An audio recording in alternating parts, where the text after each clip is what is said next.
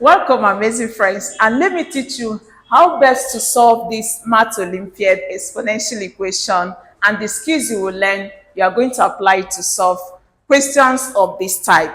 And at the end of this solving, we are going to do a check to know if our solution is really correct. Now, join me as we do this together. So we just begin it with solution, okay? Now, what do?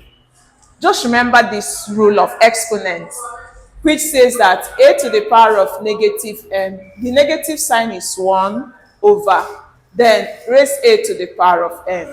So let's apply this here. To do that, we are going to now have, this is 2 to the power of x plus, this will be 1 over 2 to the power of x. Amazing. And is equal to 4. So what do? We are going to see that to reduce this work for easy solving, we can just simply say, let 2 to the power of x be equal to y. Remember, you can choose any variable of your choice, okay? Now, in that case, what do here? Replace, anywhere you see this, replace with y. So this is going to give us y plus, this will give us 1 over y, and this is equal to 4. So what do you do at this point? We need to clear this denominator. And to clear the denominator, what do? We are going to multiply each term by y. So to do that, we are going to have y will be multiplied by another y plus 1 over y will be multiplied by y. And what you do to the left, do to the right so that the equation will balance, okay? By doing this, you want to remove the denominator. So we're going to now have y will multiply itself as y squared. You see, this is over 1, and it will cancel. So you have 1, okay? Is equal to, multiply this, you have 4y.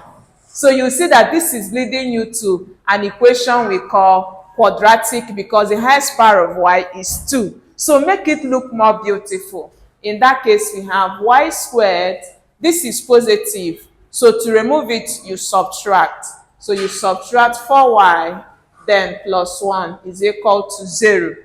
Now at this point, you can choose any convenient method for solving equation, okay, quadratic equation. I'm going to teach you how to use the formula method. So to do that, the formula method says y is equal to negative b plus or minus square root of b squared minus 4ac all over 2a. So what do? Now, you are going to get the value of a. Your a is the coefficient of y squared, okay? So the coefficient of y squared is 1 because it has an invisible 1, okay? So here is 1. Then for your b, the coefficient, your b is the coefficient of your y. So the coefficient of y here is negative 4. That becomes our b. And our c is the constant. The constant is that one that has no variable, and that is 1. So c is 1. So apply it here. We are going to have y is equal to, from the formula there is a negative sign, so you have negate. Then your b has a negative 4. So it means you are going to put it in brackets. Please take note, okay?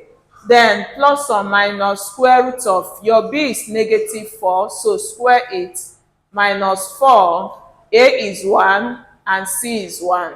And all of them is divided by 2 will be multiplied by 1. So we have y is equal to, this will multiply, when negative multiplies negative is positive. So we have 4 plus or minus square root of, this will give us 16. The negative sign will be squared, it becomes positive. And 4 squared will give us 16, okay? Then minus, multiply this, it will give us 4. So we have 4 all over. Multiply this, it will give us 2. So what do? You simplify again. And y is 4 plus or minus square root of, subtract this, it gives you 12 all over 2. Now 12 has a perfect square in it. So to simplify it, we are going to have 4 plus or minus, the perfect square in it is 4. So we have 4. And when you multiply 4 by 3, it gives you back 12. So we multiply this 4 by 3 all over 2. Now what do? Remember that 4 is a perfect square. So each square root is 2. So in that case, you bring the square root out. This gives us y as 4 plus or minus, then this becomes 2. This 3 will remain in the root because it's not perfect. So we have root 3 all over 2. So what do? We are going to have it as this is 4. You can use this denominator to divide each term. So 4 over 2 plus or minus 2 root 3 all over 2. Did you see that? So if you simplify this, you are going to have 4 divided by 2 will give us 2. So y is equal to 2 plus or minus, this 2 will cancel this, so we have root 3. Did you see that? So it means that y is, for the first value of y, we have 2 plus root 3. And also for the second value of y, we are going to have 2 minus root 3. But remember, these are not what we are asked to find. We are asked to find x. But remember that you've made a statement that, so let's recall that we said 2 to the power of x is equal to y. So pick the first value of y. So we have when y, the first y is 2 plus root 3. What do? We are going to have 2 to the power of x is equal to your y is 2 plus root 3. So at this point, you need to introduce your logarithm to simplify. We are going to have, let's split this. So we're going to have, take log of both sides. So we have log of 2 to the power of x is equal to log of this. Remember, these are together. So we have log of 2 plus root 3. Okay? So what do? Just remember this rule of log, which says that if I have log a to the power of x, use the x to multiply, so it becomes x log a. Okay? So in this case now, we are going to apply this here. So we are using x to multiply the log. So this is giving us x log 2 is equal to log of 2 plus root 3. I hope you are seeing it. So what do again? To get your x, divide by log 2 and also do same here. So if you do that, we are going to have x is equal to log of 2 plus root 3 all over log of 2.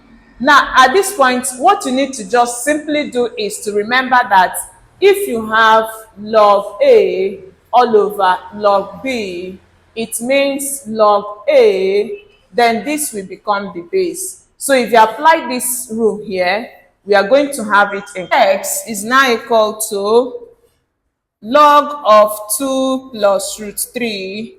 Then this 2 following this will become the base. So this is what you have. So this becomes the first value of x. Now let's go for the second value. So we now say when y, what is the second value of y? When is 2 minus root 3, what do? Remember this. So we are going to have 2 to the power of x is equal to, our y is 2 minus root 3. Now at this point, you are going to be careful at this point.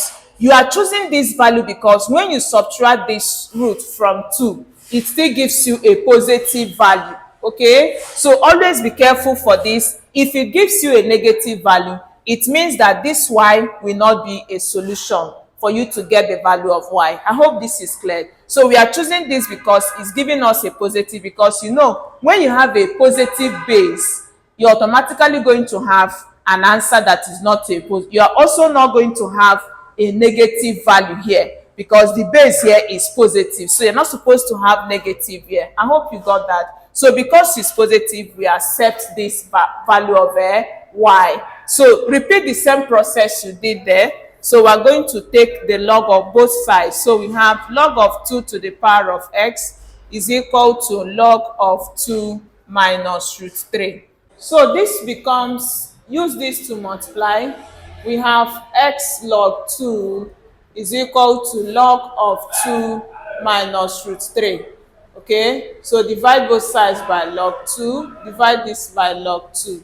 So if you do that, you have x is equal to log of, for this, you notice that this will become the base. Okay, so it will be log of 2 minus root 3 base 2. And this becomes the second value of x. Amazing. Now let's do a check to really know if what we have gotten when put into the equation, will it give us 4? So we are going to check from the first value of x, then I will leave the second one for you to check. So I'm sure to pay attention to see how we're going to treat this. So for the first value, we have put in this value of x in the equation. What you have there is 2 to the power of our x is log of 2 plus root 3 base 2. Okay, then plus we have 2 to the power of negative, what is our, so let's take this off. Remember our x is, so it's going to be negative of log 2 plus root 3 base 2. Did you see it? So what do you do here? I'm going to remind you of some of the rules to apply here. And that rule says that, but remember this, there is a negative sign here. The rule says, the rule you need to note is that we have it that if you have a log of b base a, where this is a base for the log, and the base of the log and this general base are the same. When they are the same, we say that your value will be b. So we call this the anti-logarithm rule. So it's going to help us to solve this. You will notice that from here, the general base and the base of the log are the same, just like this. So this becomes your value. So we're going to have 2 plus root 3 for this. Then plus, for this, you will notice that there's a negative sign before here. But in the rule, there's no negative sign.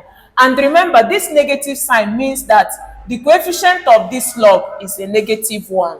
Okay, so there's an invisible 1 here. And what it means is that whenever you have a number, when you have log of a to the power of x, it is the same as using the x to multiply. Did you see this? So it means that when you have a number before the log, it should be the power of the number, the next number. So this negative 1 will now become the power of this number.